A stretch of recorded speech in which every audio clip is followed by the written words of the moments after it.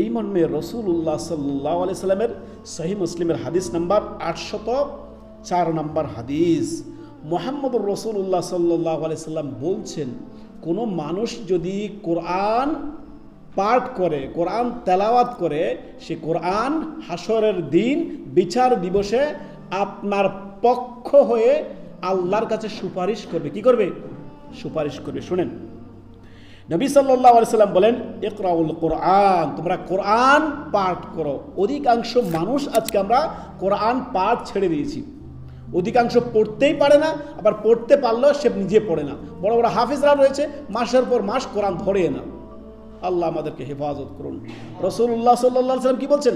ইকরাউল কোরআন, তোমরা কোরআন পাঠ করো।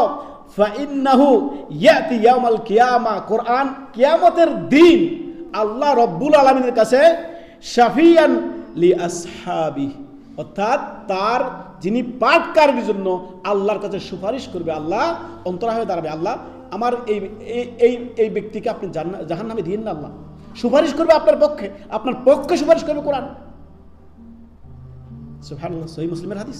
তো আমাদের এখন আমরা একটু তদাব্বর করলে দেখি যে আমরা কোরআনের সাথে আমাদের সম্পর্কটা কেমন, কোরআনের সাথে আমাদের সম্পর্কটা কেমন। অতএব নিজের অবস্থান থেকে আমরা কি করব?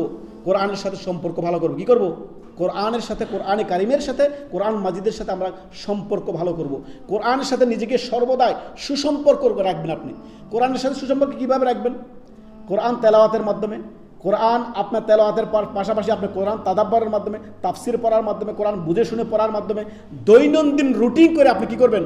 প্রতিদিন এক পৃষ্ঠা হলেও, আপনি প্রতিদিন এক পৃষ্ঠা হলেও কোরআন আপনি পাঠ করবেন। আপনি শিডিউল বানিয়ে নেন যে আমি প্রতিদিন, আপনার এক পারা পারছেন না, আধা পারা পড়েন, আধা পারা পারছেন না 2 পৃষ্ঠা পড়েন, 2 পৃষ্ঠা পারছেন না আপনি 1 পৃষ্ঠা পড়েন, 1 পৃষ্ঠা পারছেন না আধা পৃষ্ঠা অন্তপক্ষে পড়েন। কোরআন প্রতিদিন আপনি পড়বেনই পড়বেন। এটা হচ্ছে কোরআনের সাথে আপনার সুসম্পর্ক রাখা। কোরআন থেকে দূরে সরিয়েন না। কোরআন একমাত্র আপনাকে সঠিক পথ দেখাতে পারে। হুদাল্লিন নাস ও বাইয়িনাতিন মিনাল হুদা ওয়াল ফুরকান, সত্য মিথ্যার মধ্যে পার্থক্যকারী কোরআন। কোরআন যে পড়বে যার জীবনে, সে কি করবে? পাঠ করবে, তার জীবনে বরকতময় জীবন হয়ে যাবে। অতএব কোরআনের সাথে সুসম্পর্ক মানে কি? রাসূলুল্লাহ সাল্লাল্লাহু আলাইহি ওয়াসাল্লামের